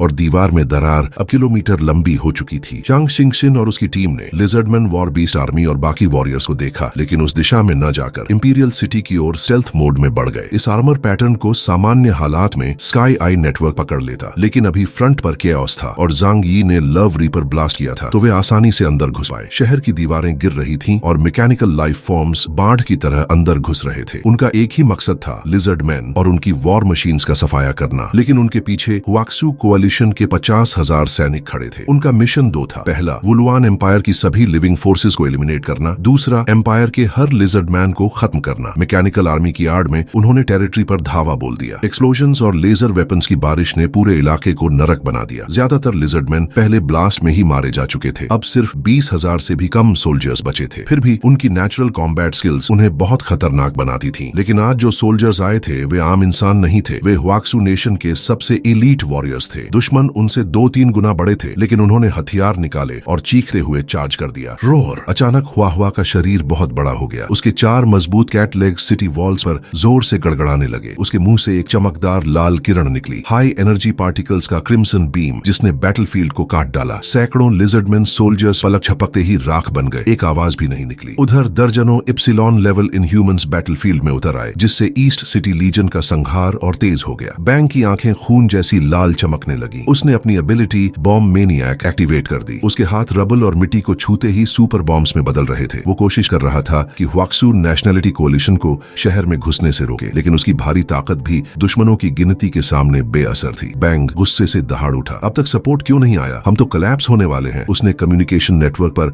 एम्पायर के हाई ऑफिशियल्स और बाकी रीजन्स के इनह्यूमंस को चिल्लाकर बुलाया। बैंग ने जमीन से एक 5 मीटर लंबा मैकेनिकल लाइफ फॉर्म का आर्म उठाया। उसने बाएं हाथ से उसमें डार्क रेड लाइट का गोला भर दिया और उसे मैकेनिकल आर्मी के एक छोटे स्क्वाड की ओर फेंक दिया। जैसे ही आर्म जमीन से टकराया, धम, एक भयानक एक्सप्लोजन हुआ। दर्जनों मैकेनिकल लाइफ फॉर्म्स टुकड़ों में उड़ गए और उनके हिस्से आसमान में बिखर गए। हुआक्सू कोalition कैंप से सिटीगार्भा शंग दावेन ने बैंग को देख लिया। उसने अपने पास खड़े एक दुबले पतले लेकिन घमंडी मुस्कान वाले नौजवान से कहा, हमारा टारगेट वही है। नौजवान के कंधे पर एक पतली स्टिक टिकी थी, जिसके दोनों सिरों से काला एनर्जी निकल रहा था। वह होंठ चाटकर बोला, इतना समय से कंबाइंड अटैक प्रैक्टिस करने का अब सही मौका है ना? ये था शेंगजिंग डिस्ट्रिक्ट का मंकी किंग सनवेयर, जिसकी पावर इंडेक्स थी 10 पॉइंट्स। शंग दाओन का आदेश मिलते ही सन वुर छलांग लगाकर आसमान में पहुंचा। उसके हाथ में उसकी एडवांस टेक वेपन रुई जिंगू बैंग थी। रास्ते में उसे वॉर बीस्ट्स और लिजर्डमैन सोल्जर्स रोकने आए। आखिर कौन चाहेगा कि एनिमी सीधे उनके कमांडर तक पहुंच जाए। लेकिन ब्लॉकर्स का क्या हाल हुआ। सन वुर ने अपने हाथ की स्टिक घुमा दी। एक पल में रुई जिंगू बैंग 100 मीटर लंबा स्तंभ बन गया। उसने एक ही वार से 7-8 वॉर बीस्ट को उड़ा दिया। काली एनर्जी चमक उठी और उनके धातु के शरीर टुकड़े टुकड़े होकर हवा में उड़ गए। फिर स्टिक सामान्य आकार में लौट आई। लिजर्डमैन ने लेजर दागे, लेकिन सन वुर ने अपनी स्टिक को विंडमिल की तरह घुमाया और सारे हमले ब्लॉक कर दिए। यह वेपन उसके लिए खास बनाया गया था। शेंगजिंग रीजन की सबसे एडवांस टेक्नोलॉजी इसमें लगी थी। कहा जाता है कि इसकी कीमत 2 निमित्ज क्लास एयरक्राफ्ट कैरियर्स जितनी है। आखिरकार सन वुर शंग दाओन का पर्सनल डिसाइपल था। सन वुर अनस्टॉपेबल गति से बैंग की ओर दौड़ा। मैकेनिकल वॉर बीस्ट्स और लिजर्डमैन उसके रास्ते में टिक ही नहीं पाए। बैंग ने यह देखा तो थोड़ा पीछे हटा। उसकी आंखें ठंडी चमक उठी। उसने अपनी पीठ से एक ब्लैक फोल्डिंग बो निकाला। वह बो छोटा था, जैसे कोई डैगर हो, लेकिन जैसे ही उसने उसे फैलाया और खींचा, बो स्ट्रिंग पर एक विशाल डार्क येलो एनर्जी बॉल बनने लगा। बैंग ने निशाना लगाया और तुरंत छोड़ दिया। एनर्जी बॉल अचानक हजारों मीटियर्स में बदल गया, एक शावर की तरह, जिसने सन वुर के सारे रास्ते बंद कर दिए। बैंग ने ठंडी आवाज में कहा, रेकलेस आदमी, आसमान से आकर ऐसे हमले से बचना मुश्किल है। लेकिन सन वुर की आंखों में डर नहीं था, उल्टा उसकी मुस्कान और चौड़ी हो गई। पीछे खड़े शंग दाओन ने अपनी हथेली उठा ली। मेरे विचार अनंत है। सिर्फ उसकी थॉट्स निकलने भर से लॉज बेंड हो गए। एनर्जी मीटियर्स की बारिश अचानक बदल गई और सन वुर को बाईपास करके निकल गई। बैंग को तभी समझ आया कि उसके सामने सिर्फ सन वुर नहीं बल्कि शंग दाओन भी एक्टिव है। मर्जा मॉन्स्टर। सन वुर गिरजा और रुई जिंगू बैंग को फिर से विशाल बना दिया। वो पहाड़ों को तोड़ देने वाली लीवर की तरह बैंग पर टूट पड़ा, लेकिन बैंग नहीं हिला। उसने ठंडी नजरों से देखा और फुसफुसाया, एक्सप्लोड। और अगले ही पल बूम बूम बूम बूम। सन वुर के चारों ओर आकाश में हजारों एक्सप्लोजन्स हुए, जैसे हजारों तारे एक साथ फट गए हों। आतिशबाजी जैसी खूबसूरत चमक, लेकिन मौत से भरी हुई। पूरा आकाश उस ब्लास्ट की ताकत से कांप उठा। शंग दाओन की आंखें गंभीर हो गईं। ये कैसे हुआ? असल में बैंग की एबिलिटी रिलीज टाइप थी। वह हर चीज को छूते ही बॉम्ब बना देता था, चाहे मिट्टी हो, पानी हो या इंसान का शरीर। उसे लड़ते समय बस यही रूल था, फिजिकल कांटेक्ट मत करना और स्काई में रहना ताकि वो छू न पाए। उन्होंने कई बार इस लड़ाई की प्रैक्टिस की थी और अभी तक उन्होंने बैंग को छुआ भी नहीं था। एनर्जी बोल्ट से बचने के लिए उन्होंने टेलीकिनेसिस भी यूज किया। फिर भी एक्सप्लोजन सन वुर के आसपास कैसे हुआ, शंग दाओन समझ नहीं पाया। गाढ़े स्मोक और डस्ट के बीच सन वुर की बॉडी जमीन पर गिरी, जली हुई और हालत खराब। बैंग ने ठंडी नजर डाली और आगे देखना जारी रखा, क्योंकि आसमान में एक और सन वुर खड़ा था। सन वुर हंसा और बोला, वाह, वुलुआन एम्पायर के सिल्वर आर्मर। अब तक तुम्हें सिर्फ लेजेंड्स में सुना था, सोचा नहीं था कि असल में भी तुमसे मुलाकात होगी। तुमने तो मेरे एक एवेटार को ही गिरा दिया। उसकी आंखें और भी नुकीली हो गईं। शंग दाओन ने शांति से कहा, अपने दुश्मन को अंडर एस्टिमेट मत करो। भले ही हमें उनकी एबिलिटी पता हो, लेकिन उन्हें यूज करने के 1000 तरीके होते हैं। लापरवाह मत बनो। इस पल बैंग के चेहरे पर अचानक एक राहत की झलक आई। उसने लंबी सांस ली और आसमान की तरफ देखा। ईस्ट सिटी लीजन लगातार हार रहा था, लेकिन आखिरकार दूसरे डिस्ट्रिक्ट से रीइंफोर्समेंट्स पहुंच ही गए। हर तरफ से नई ट्रूप्स बैटलफील्ड पर दौड़ पड़ी। गिनती बहुत बड़ी नहीं थी, सिर्फ 5-6 हजार। लेकिन बैंग जानता था कि फिलहाल उनका संकट टल गया है, क्योंकि ये ऑर्डिनरी सोल्जर्स नहीं बल्कि हर बड़े डिस्ट्रिक्ट के टॉप टियर इनह्यूमंस थे। साधारण सैनिक अभी रास्ते में थे, धीरे धीरे पहुंचेंगे, लेकिन ये इनह्यूमंस ही वुलुआन एम्पायर की असली लड़ाकू ताकत है। आखिरकार युद्ध हमेशा ह्यूमंस और खासकर इनह्यूमंस के बीच ही तय होता है। वुलुआन एम्पायर के दर्जनों इप्सिलॉन लेवल इनह्यूमंस बैटलफील्ड में सिल्वर जनरल आर्मर पहने खड़े हो गए। वे मलबे पर चलते हुए आगे बढ़े। हर एक की आंखों से केवल हत्या की इच्छा झलक रही थी। उन्होंने देखा कि हुआक्सू लोग उनके साथियों को नरक जैसी यातना में धकेल रहे थे। उनके दिल में सिर्फ एक ही ख्वाहिश थी, सबको तुरंत खत्म कर दो, बस अब और नहीं। पश्चिमी डिस्ट्रिक्ट की कमांडर स्लेक ने ठंडी आवाज में कहा। वह एक सुंदर लेकिन खतरनाक फीमेल लिजर्ड मैन थी। अब से हम इन 6th जनरेशन नीच इंसानों को एक कदम भी आगे नहीं बढ़ने देंगे। भले ही तुम्हारे स्नीक अटैक से थोड़ी सफलता मिल गई हो, लेकिन ताकत का फर्क कभी नहीं मिट सकता। कमजोर 6th जनरेशन इंसान कभी भी शक्तिशाली वुलुआन एम्पायर को हरा नहीं सकते। उसने अपने हाथ सीने पर बांध लिए, चेहरा अहंकार से भरा हुआ। वह अभी बैटलफील्ड पर आई थी और केओस के बावजूद उसे लगा कि इंसानों ने बस अचानक हमला करके थोड़ी बढ़त बना ली थी। लेकिन अब जब एम्पायर तैयार खड़ा है और पूरा आर्मी जुट गया है, तो काउंटर अटैक की आंधी आने ही वाली थी। बैंग ने गंभीर स्वर में उसे चेताया, उन्हें हल्के में मत लो। ये बैटल बहुत अजीब ढंग से चल रही है, पता नहीं क्यों, लेकिन मुझे लगता है कि ये हमारे हर कदम पहले से जान लेते हैं, जैसे ये सब प्रिडिक्ट कर सकते हो। स्लेक ने भौहें सिकोड़ ली। ये असंभव है जब तक कि हमारे बीच कोई गद्दार न हो। बैंग ने ठंडी नजरों से कहा, मत भूलो, उन्होंने हमारे एक आदमी को पहले कैप्चर किया था। शायद उन्होंने उससे स्पेशल तरीके से हमारी इंटेलिजेंस निकाल ली हो। गलती हमारी थी, हमने इस रेस को अंडर एस्टिमेट कर दिया। तभी एक सिल्वर आर्मर्ड जनरल मिटिये के मन में एक खतरनाक विचार आया, लेकिन इतनी बड़ी ऑपरेशन की कोई खबर हमें क्यों नहीं मिली? हमारे पास टनल पर सर्वेलेंस इक्विपमेंट है और वहाँ जनरल क्लॉट और उनके उनकी टीम भी तैनात थी। फिर ये खबर हमें क्यों नहीं पहुंची? नॉर्दर्न गैरिसन के कमांडर ब्रैड की आंखें अंधेरी हो गईं। उसने डरावनी सच्चाई कही, मुझे लगता है कि वे सब मारे जा चुके हैं। बाकी सिल्वर आर्मर्ड जनरल्स के चेहरे उतर गए। ब्रैड ने आसमान की ओर इशारा किया और बोला, तुम्हें क्या लगता है वहां ग्रैंड मार्शल से लड़ रहा कौन है? इस रेस की ताकत हमारी सोच से कहीं आगे है। शायद उनके पीछे अंडरग्राउंड सिविलाइजेशन भी इस लड़ाई में शामिल हो चुका है। तब जनरल क्लॉट और उनकी सेना को मारना उनके लिए बच्चों का खेल था। उनके दिमागों में एक ही नाम घूम गया, चिनलिंग ड्रैगन क्लैन। वो क्लैन जिसने जंग लू को सिर्फ एक वार में अपंग कर दिया था बाय लोंगजी। अब उनके दिल में एक ही डर था, अगर उन्होंने इस वॉर में दखल दिया है तो क्या हम जीत भी सकते हैं? किसी ने यह सवाल जोर से कहने की हिम्मत नहीं की। ब्रैड ठंडी नजरों से सामने देख रहा था। मैकेनिकल लीजन्स और वुलुअन एम्पायर के वॉर बीस्ट्स आमने सामने भिड़े थे। रीइंफोर्समेंट्स, कॉम्बैट स्पेसक्राफ्ट और ड्रोन्स लगातार बैटलफील्ड पर उतर रहे थे। इधर ह्यूमन साइड पर भी लंबे इंतजार के बाद हुआक्सू किंगडम के epsilon class in humans formation बनाकर खड़े हो गए। आखिरकार हाई लेवल इन ह्यूमंस का सामना सिर्फ हाई लेवल इन ह्यूमंस से ही हो सकता है। हुआक्सू किंगडम के इन ह्यूमंस ने पिछले 4 महीनों तक दिन रात ट्रेनिंग की थी। उन्होंने हजारों बार प्रैक्टिस की, सिर्फ एक मकसद के लिए, वुलुआन एम्पायर के इप्सिलॉन क्लास इन ह्यूमंस को हराना नहीं, बल्कि पूरी तरह खत्म कर देना। ये क्लैश मार्स और अर्थ की टक्कर जैसा था। यहाँ जीत हार का सवाल नहीं था, सिर्फ जीवन और मृत्यु। इस बैटल का अंत तभी होगा जब एक पक्ष के इन ह्यूमंस पूरी तरह मिट जाएंगे। ब्रैड ने भौहें सिकोड़ ली। लगता है दबाव हमारे ऊपर ज्यादा है। चारों ओर उनका अपना देश था। उनके कंपेट्रियट्स अब भी एक्सप्लोजन की तबाही से पीड़ित थे। जितनी देर युद्ध खिंचेगा वुलुआन एम्पायर को उतना ही नुकसान होगा। वहीं दूसरी ओर यांग शिनशिन ने हुआक्सू कोलिशन को पहले ही आदेश दिया था, जरा भी हिचको मत, हमला करो और ऑर्डिनरी लिजर्डमैन को भी मार डालो, वो भी वुलुआन एम्पायर के सोल्जर्स के सामने। उसने कहा था कि दिल पर चोट सबसे बड़ी चोट होती है, क्योंकि जब कोई अपने लोगों को बेरहमी से मरते देखेगा तो उसका दिल टूटेगा, गुस्सा और डर दोनों पैदा होंगे और तभी उसकी लड़ने की ताकत आदि हो जाएगी। वैसे भी उनका मिशन साफ था, पूरी लिजर्ड मैन रेस का अंत करना। बूम बूम, आयरन कर्टन अब भी एनर्जी बीम्स बरसा रहा था, लेकिन मैकेनिकल आर्मी के सामने उसका असर बहुत कम हो गया था। दोनों पक्ष भीषण टक्कर में फंसे थे। आयरन कर्टन अपनी पूरी ताकत अनलीश नहीं कर सकता था, क्योंकि अगर करता तो अपने ही लोगों को भी मार देता। ऊपर से उसकी एनर्जी सप्लाई भी धीरे धीरे कमजोर हो रही थी। वजह थी बरोविंग बीस्ट्स, जिन्हें ग्रेट ड्रैगन कैट लीड कर रहा था। साथ ही सिटी वॉल्स के बाहर 3 सुपर बैटल शिप्स लगातार आयरन कर्टन पर हमला कर रही थी। ये सब लू किरण के कंट्रोल में थे। आयरन कर्टन की डिफेंसिव कैपेसिटी ही सबसे अहम थी। अगर ये डिफेंस टूट गया तो हुआक्सू कोलिशन सिर्फ एक काम करेगा, सीधे डोम पर सबसे शक्तिशाली एनर्जी स्ट्राइक, क्योंकि ये अंडरग्राउंड वर्ल्ड था। अगर डोम टूट गया तो धरती की परतें बिखर जाएंगी और तबाहियां ऐसी होंगी जैसे कोई सुपर मीटियोर शावर गिर पड़ा हो। महल के अंदर एम्परर सीई ने अंतिम आदेश दिया, जल्दी जीत हासिल करो, किसी भी कीमत पर इन 6th जनरेशन इंसानों को खत्म कर दो। उसने गुस्से में मेज पर मुक्का मारा। उसके दिल से खून बह रहा था। हर तरफ से आती भयानक खबरें और अपने देश की तबाही देकर। जी योर मैजेस्टी। दोनों एलियन कैंप्स के बीच की खामोशी अचानक टूट गई। पहल की वुलुआन एम्पायर के एलियंस ने खाली हवा में लाइट और शैडो में हल्का डिस्टॉर्शन हुआ। उसी पल डेंग शेंटोंग और उसके साथियों को पूरे शरीर पर संकट का एहसास हुआ। अंकल यू, जो पूरी तरह आर्मर पहने सामने खड़ा था, अचानक स्विश की आवाज सुनता है। उसकी जेट ब्लैक आर्मर पर अजीब तरह से एक पतली सी खरोंच उभर आई।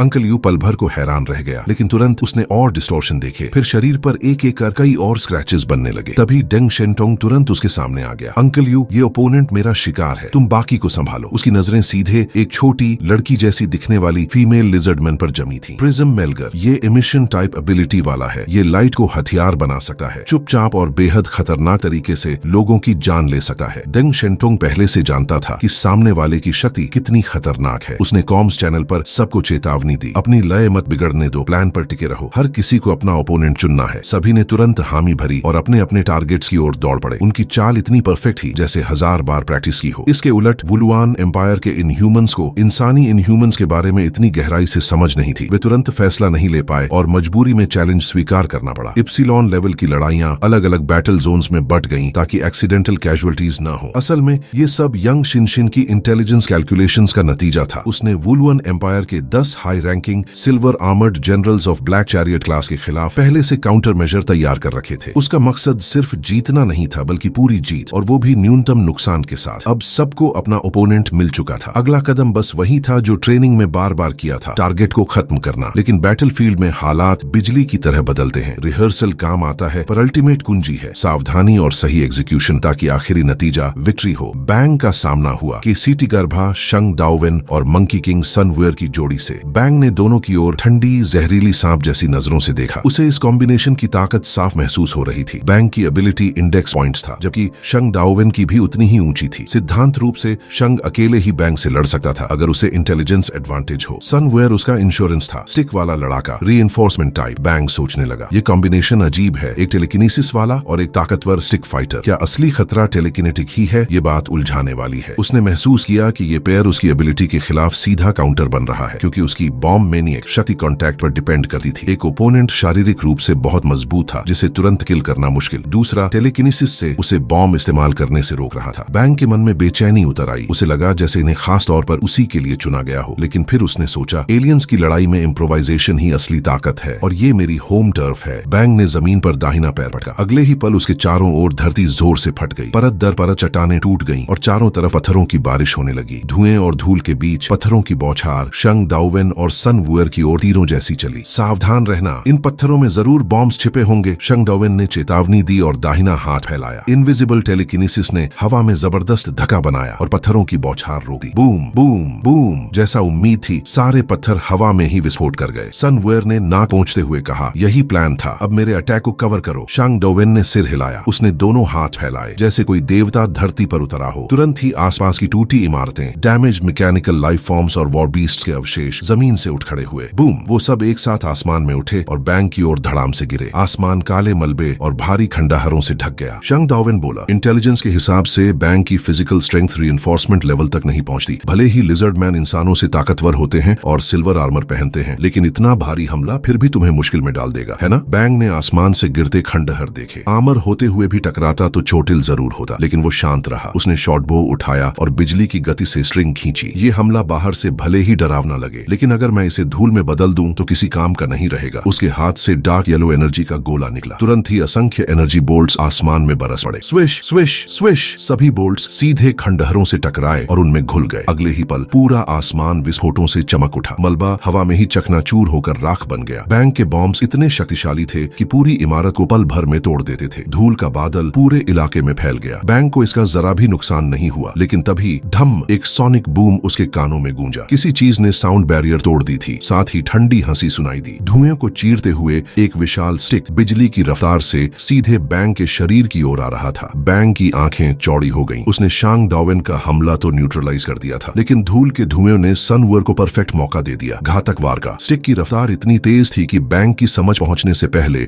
उसका शरीर बचने में बहुत धीमा पड़ गया, क्योंकि रीइंफोर्स म्यूटेंट की ताकत चाहे जितनी हो, इतनी स्पीड के सामने उसका शरीर सुस्त ही लगेगा। हाय बांगमू ने अपनी एबिलिटी को पूरी तरह अटैक में झोंक दिया था, लेकिन उसका डिफेंस हमेशा कमजोर साबित होता था। उसे मजबूरी में अपने आर्मर पर भरोसा करना पड़ा। उसने दाहिना हाथ आगे कर रुई जिंगू बैंक का वार रोकने की कोशिश की। बैंग! सनवुअर का विशाल स्टिक बैंगमू के हाथ पर इतनी ताकत से टकराया कि उसके कानों में कुछ टूटने की आवाज गूंज गई। वार सिर्फ हाथ तक सीमित नहीं रहा, पूरी ताकत उसके शरीर में फैल गई और उसे तोप के गोले की तरह सैकड़ों मीटर दूर उड़ा ले गई। बैंगमू हवा में बुरी तरह अस्थिर था। ये बिल्कुल सही मौका था फिनिशिंग ब्लो के लिए। सनवुअर ने स्टिक को पलटकर पीछे की पकड़ बनाई और उसी रफ्तार से बैंगमू के गिरने की जगह की ओर दौड़ा। वो तो बैंगमू से भी तेज पहुंच रहा था, जो पहले ही मिड एयर में उड़ रहा था। इस बार तेरे सिर पर यह स्टिक फोड़ दूंगा। सनवुअर की आंखें उत्साह से चमक रही थीं, जैसे बड़ी जीत मिलने ही वाली हो। लेकिन उसकी खुशी पल भर में टूट गई। अचानक उसकी दाहिनी भुजा से सुनहरी रोशनी फूट निकली। तेज जलन का एहसास हुआ। उसने चौंक कर देखा तो पाया कि उसका रुई जिंगू बैंक अचानक अनकंट्रोलेबली फैल रहा था। उसे तभी समझ आया, बॉम्ब मेनियाक की असली ट्रिक ये है कि वो जिस भी चीज को छू ले उसे बॉम्ब में बदल देता है।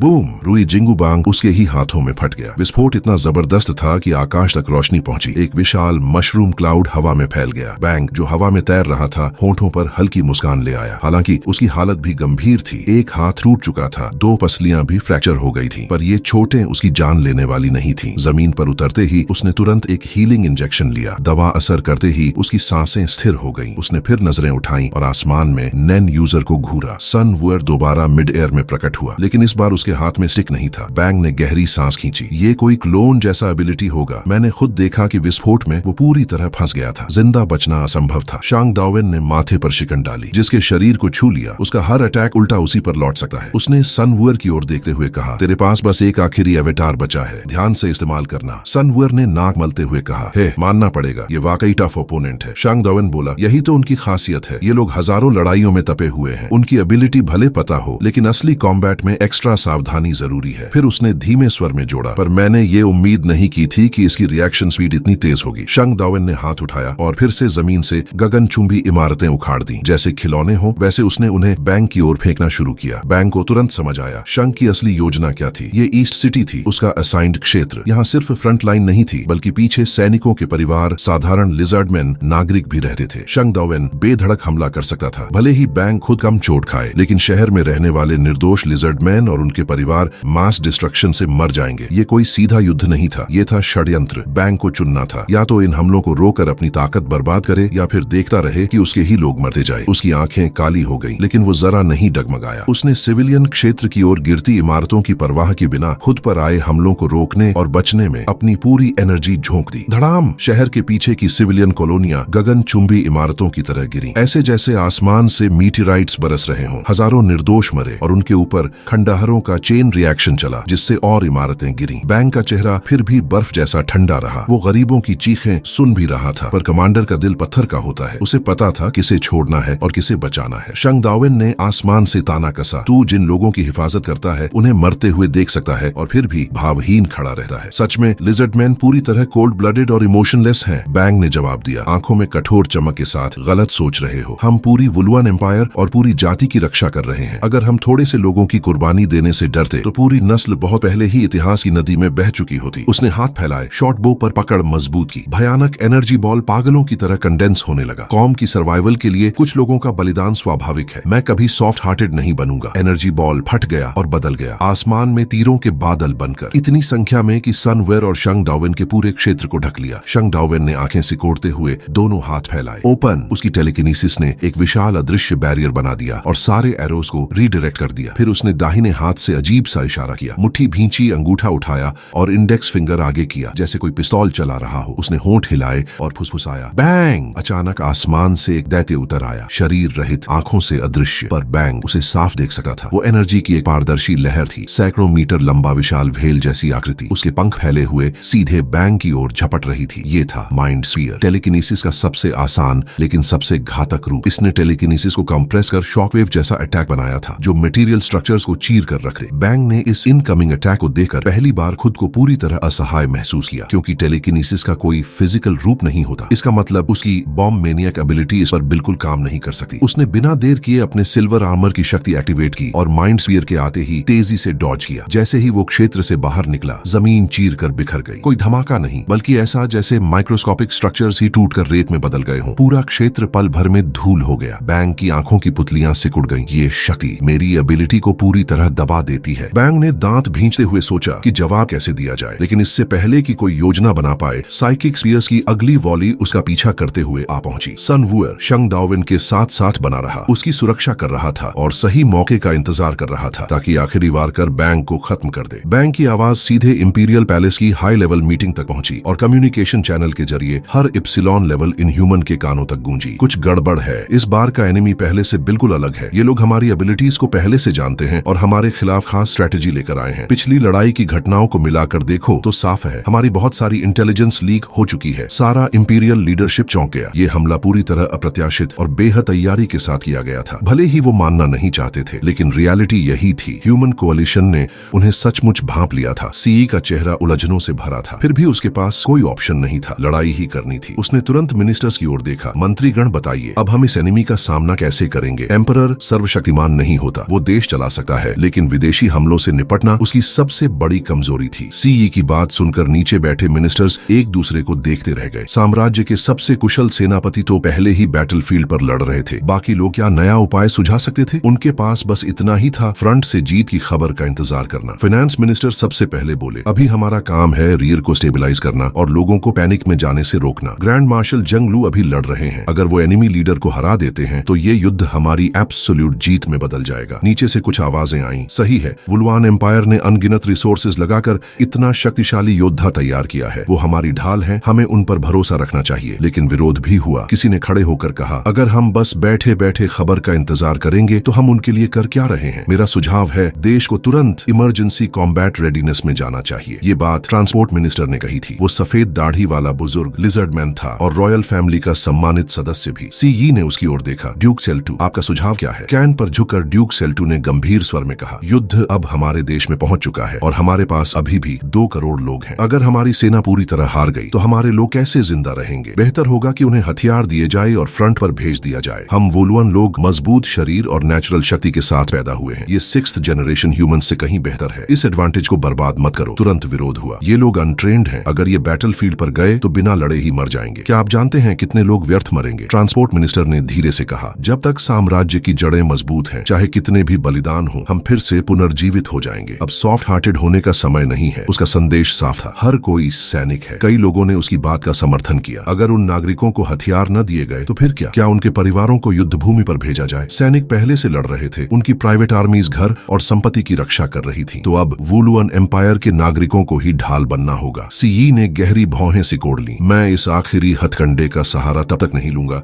जब तक मजबूरी न आ जाए। लेकिन कहते ही उसने आदेश भी जोड़ दिया, आर्मरी खोलो, हर घर में हथियार बांटो। उन्हें बता दो, अगर एनिमी साम्राज्य में घुस आया तो हमें चाहिए कि हर नागरिक अपनी मातृभूमि की रक्षा में खड़ा हो। तुरंत आदेश पूरा करने भेजा गया। लेकिन ट्रांसपोर्ट मिनिस्टर ने रोकते हुए कहा, सिर्फ लेवल 3 से नीचे के हथियार बांटे जाए। लेवल 3 से ऊपर के हथियार बहुत घातक हैं। अगर किसी लिजर्ड मैन ने बगावत कर दी तो हमें ही नुकसान होगा। कुछ ही देर बाद इंपीरियल सिक्योरिटी डिपार्टमेंट का संदेश हर घर तक रेडियो और इलेक्ट्रॉनिक चिप्स के जरिए पहुंचा। वुलुआन एम्पायर के नागरिकों, हमारी मातृभूमि पर बाहरी दुश्मन हमला कर चुके हैं। हमारे सैनिक इन नीच आक्रमणकारियों से लड़ रहे हैं। अपनी धरती की रक्षा करना हर नागरिक का कर्तव्य है। अगर दुश्मन अंदर घुस आया तो वे सबका कत्ल कर देंगे। इसलिए हर जिम्मेदार वुलुआन नागरिक हथियार उठाए और हमारी कॉमन होमलैंड की रक्षा करे। जल्द ही आर्मरी खुल गई। फ्लाइंग कार से हथियार सड़कों पर उतारे गए और हर लिजर्डमैन को थमा दिए गए। जो भी हथियार पकड़ सकता था, चाहे बूढ़ा हो या बच्चा, सबको हथियार मिले। एक सैनिक ने हाई एनर्जी एक्सप्लोसिव ग्रेनेड एक छोटे लड़के को पकड़ा दिया और बोला, अगर दुश्मन यहाँ तक आ जाए तो इसे ब्लास्ट कर दो और साथ मर मिटो। लड़के की आंखों में डर चमका, लेकिन सैनिक ने ग्रेनेड उसकी हथेली पर जबरदस्ती रखा। मर्द बनो, डरपोक मत बनो। फिर वो आगे बढ़ गया हथियार बांटने। जरूरत पड़ने पर ये बुजुर्ग, औरतें और बच्चे भी सबसे बड़ा सरप्राइज बनेंगे और दुश्मन को घायल या मार गिराएंगे। फ्रंट लाइन पर पहले ही हाहाकार मचा था। डेथ गॉड ऑफ लव ने सारे बड़े कैंप उड़ा दिए थे और असेंबल्ड आर्मी अब मुश्किल से 1 लाख बची थी। पर याद रखो, जंग यी जो मैकेनिकल आर्मी लाया था उसमें 50,000 combat ready mechanical life forms थे। इसके अलावा हर बड़े क्षेत्र में तैनात सैनिक भी 50,000 की संख्या में थे। सब कुछ उनकी योजना के अनुसार हो रहा था। इप्सिलॉन लेवल इन ह्यूमंस के बीच भले भयानक टकराव चल रहा था, लेकिन मिलिट्री स्तर पर ह्वाक्सू कोalition भारी बढ़त में था। क्यांग युआन क्लैन की टेक्नोलॉजी सचमुच कमाल साबित हो रही थी। एक के बाद एक मैकेनिकल जायंट्स शहर की दीवारें तोड़ रहे थे। उनकी चाल धीमी थी, लेकिन कदम बेहद मजबूत और अनस्टॉपेबल। ईस्ट सिटी की डिफेंस लाइन अभी कोर रेजिडेंशियल एरिया से सैकड़ों किलोमीटर दूर थी, लेकिन कोई फर्क नहीं पड़ता। अब उनकी रफ्तार रोकने वाला कोई नहीं था। आसमान में विशाल आयरन कर्टन से लगातार लेजर कैनन्स बरस रहे थे, जैसे मीटियर शावर। हालांकि इन एनर्जी हमलों का 70% हिस्सा उन super large mechanical life forms की एनर्जी शील्ड में अब्सॉर्ब हो रहा था। मैकेनाइज्ड युद्ध को समझने और उसका सामना करने में क्यांग युआन से बेहतर कोई नहीं। ये वही कबीला है जिसने सभ्यता के पतन को झेला, अनगिनत आपदाओं से जूझा और हर बार खुद को बचा लिया। लेकिन आखिरकार उनकी मौत किसी बाहरी ताकत से नहीं, बल्कि उनकी अपनी गलतियों और अंदरूनी भूलों से हुई। फिर भी उनकी शक्ति पर कोई शक नहीं था। इतिहास में कई बार वो हालात आए जब पूरी सिविलाइजेशन खत्म हो सकती थी, लेकिन क्यांग युआन ने हमेशा सरवाइव किया। आखिरकार अकेलेपन और लंबी उम्र की थकान ने ही उन्हें मिटा डाला। सच कहें तो क्यांग युआन का विनाश इंसानों ने नहीं, बल्कि उन्होंने खुद अपनी राह से किया। अब बैटलफील्ड पर 12 विशाल मैकेनिकल लाइफ फॉर्म्स खड़े थे, मानो 12 चलते फिरते स्टील के पहाड़। हर एक पर सैकड़ों बड़े एनर्जी कैनन्स और हजारों लेजर वेपन्स लगे थे। इनके साथ लड़ाई में उतरे combat ready mechanical life forms ने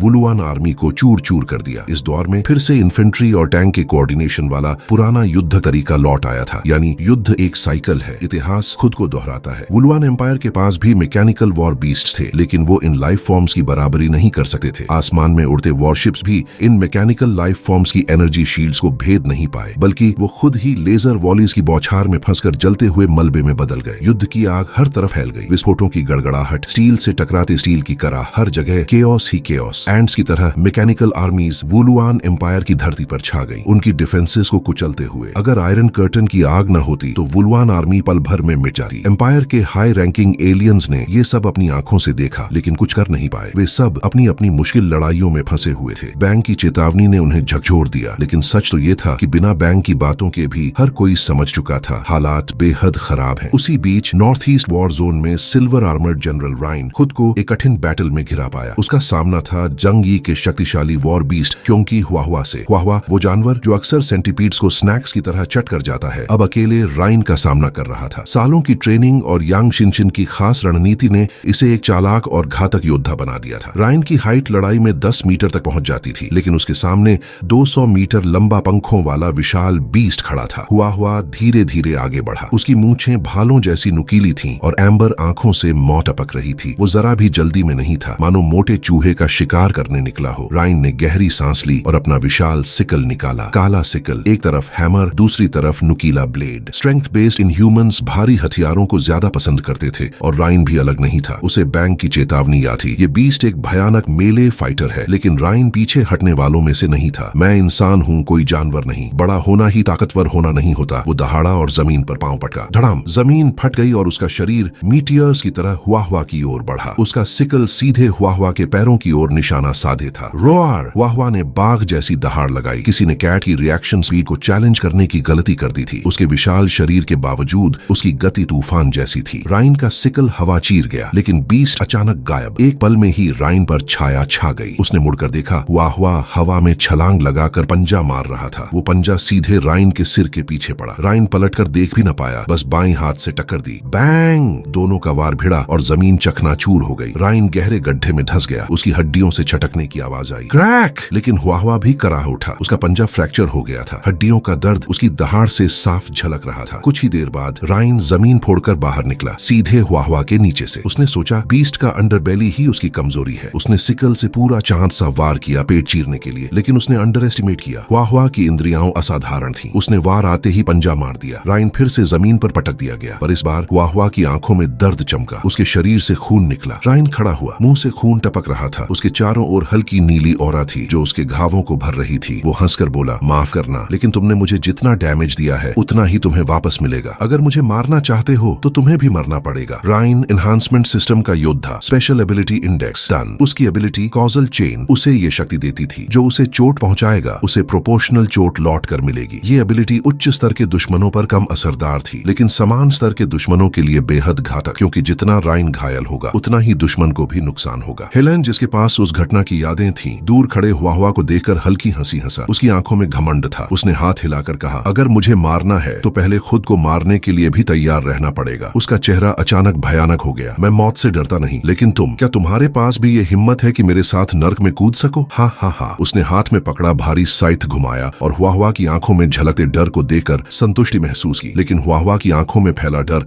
धीरे धीरे गायब हो गया। उसके मुंह के कोने ऊपर उठे जैसे मजाक कर रहा हो। उसने अपना टूटा हुआ पंजा धीरे से जमीन पर रखा। जो क्लॉ कुछ समय पहले फ्रैक्चर हो गया था अब पूरी तरह हील हो चुका था। सॉरी, आवाज आई हुआ की कैट लैंग्वेज ट्रांसलेशन डिवाइस से। मैं तुम्हारे जैसा बेकार इंसान बनकर मरना नहीं चाहती, उसने तंज कसते हुए कहा। और हाँ, मैं तुम्हारी एबिलिटी बहुत पहले से जानती हूँ, छोटे माउस। फिर व्यंग्य से हंसते हुए बोली, वैसे कैट्स की तो 9 लाइव्स होती हैं। तुम मुझसे जिंदगी में मुकाबला कर रहे हो, इसका मतलब है कि तुम खुद मौत को बुला रहे हो। 200 मीटर लंबा वो दैत्य जैसी बिल्ली दहाड़ मारते हुए आगे बढ़ी। लयिन ने पहले सोचा कि ये सिर्फ दिखावा है, लेकिन जैसे ही उसने हुआ की तेज हरकतें देखी, उसका चेहरा सफेद पड़ गया। उसे एहसास हुआ कि हुआ सच में रिकवर हो चुकी है। ये कैसे मुमकिन है? लयिन ने हैरानी से कहा। उसकी हीलिंग एबिलिटी भी बहुत मजबूत थी, लेकिन इतनी गंभीर चोट इतनी जल्दी कैसे भर सकती है? इतने बड़े जानवर के लिए तो चोट और भी ज्यादा गहरी होनी चाहिए थी, और फिर भी 10 सेकंड से कम में हुआ पहले जैसी हो गई। उसे समझ नहीं आया, लेकिन हुआ के शब्द याद आते ही पसीना छूट गया। मतलब हुआ पहले से ही उसकी एबिलिटी को जानती थी और उसके लिए तैयारी करके आई थी। मियाओ! हुआ ने गुस्से से दहाड़ा और तूफान जैसी रफ्तार से आगे बढ़ी। उसने मुंह खोला और सीधा हाई एनर्जी पार्टिकल बीम छोड़ा। राइन ने अपना भारी साइथ उठाकर वार रोका। लाल चमकती पार्टिकल बीम सीधे उसके शरीर से टकराई और उसे जमीन में गाड़ दिया। राइन चिल्लाया, मैं नहीं मानता कि मेरी एबिलिटी बेअसर होगी। उसने डिफेंस छोड़कर जानबूझकर अपना सीना खुला छोड़ दिया। बैंग! बीम ने उसे उड़ा दिया। जमीन पर लंबी दरार पड़ गई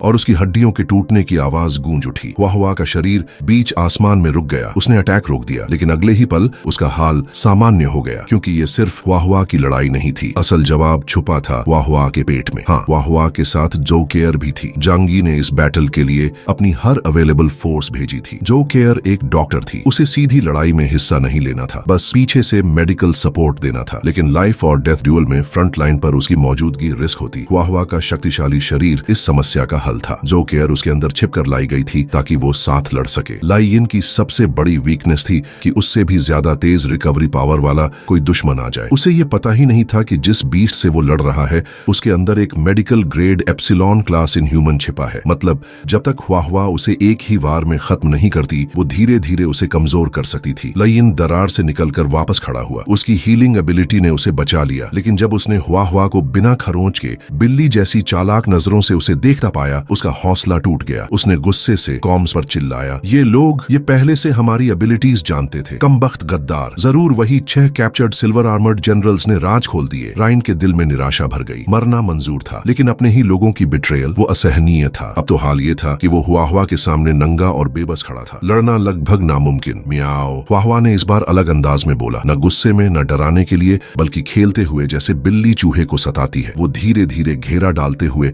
उसके चारों तरफ घूमने लगी। हुआ के अंदर जो केयर ने चेताया, हुआ पावर पर कंट्रोल रखो, मैं चोटों को हील कर सकती हूँ, लेकिन पेन को खत्म नहीं कर सकती। पेन जरूरी है, वरना तुम्हें चोट का अंदाजा ही नहीं चलेगा। लेकिन हुआ ने परवाह नहीं की। आखिर वो एक स्ट्रे कैट थी। जांगी के 7 सालों रहकर उसने न जाने कितनी लड़ाइयां लड़ी थी। उसके लिए हल्की चोटों का दर्द कोई बड़ी बात नहीं थी। वो गुर्राई, मैं इसे धीरे धीरे खत्म करूंगी। उसकी मूंछें ऊपर उठी और वो काली बिजली जैसी स्पीड से राइन की तरफ कूदी। कुछ ही पलों में उसका विशाल साया राइन के ऊपर छा गया। दूसरे कॉम्बैट जोन्स में कोलंबिया के एलियंस ने बैंग और राइन की बातें सुनी। उनके दिल भारी होने लगे। फ्रैट ने सबको समझाते हुए कहा, पैनिक मत करो, हो सकता है इंटेलिजेंस लीक उतना सीरियस ना हो जितना हम सोच रहे हैं। बॉम और राइन जैसे लोगों की एबिलिटीज पहचानना आसान है, शायद वो लोग बस ज्यादा नर्वस हो गए हैं। उसने आगे कहा, और अगर एबिलिटीज लीक भी हो गई हो तो भी हमारे वुलवान ट्राइब का मजबूत शरीर और सदियों का कॉम्बैट एक्सपीरियंस ही काफी है उन्हें कुचलने के लिए। ब्रैड की ये बात सुनकर कुछ लोगों को हिम्मत मिली, लेकिन सच्चाई ये थी कि पूरी बैटल अब ह्वाक्सू नेशनैलिटी कोalition के कंट्रोल में थी। आयरन कर्टन टूटने के बाद से ही भारी तादाद में mechanical life forms east city में घुस चुके थे। वो अपने रास्ते में आने वाली हर चीज को नष्ट कर रहे थे। ईस्ट सिटी की गलियों में आग की लपटें, इमारतों का गिरना और लोगों की चीखें एक साथ गूंज रही थीं। हजारों लोग अपनी होममेड एयरशिप्स और लैंड व्हीकल्स लेकर इंपीरियल सिटी भागने की कोशिश करने लगे, लेकिन केओस इतना ज्यादा था कि कई व्हीकल्स आपस में टकरा गए। इससे एक के बाद एक हादसे होने लगे। डोंगचेंग डिस्ट्रिक्ट की अथॉरिटीज ने तुरंत लॉ एनफोर्समेंट ऑफिसर्स को भेजा और रास्ता रोक दिया। उन्होंने भीड़ से कहा, पीछे जाओ, हथियार उठाओ और अपने घर की रक्षा करो। मेन सिटी में लड़ाई फैलाने की इजाजत नहीं दी जाएगी। असल वजह थी कि सिविलियंस को बाहर नहीं जाने दिया जा सकता था।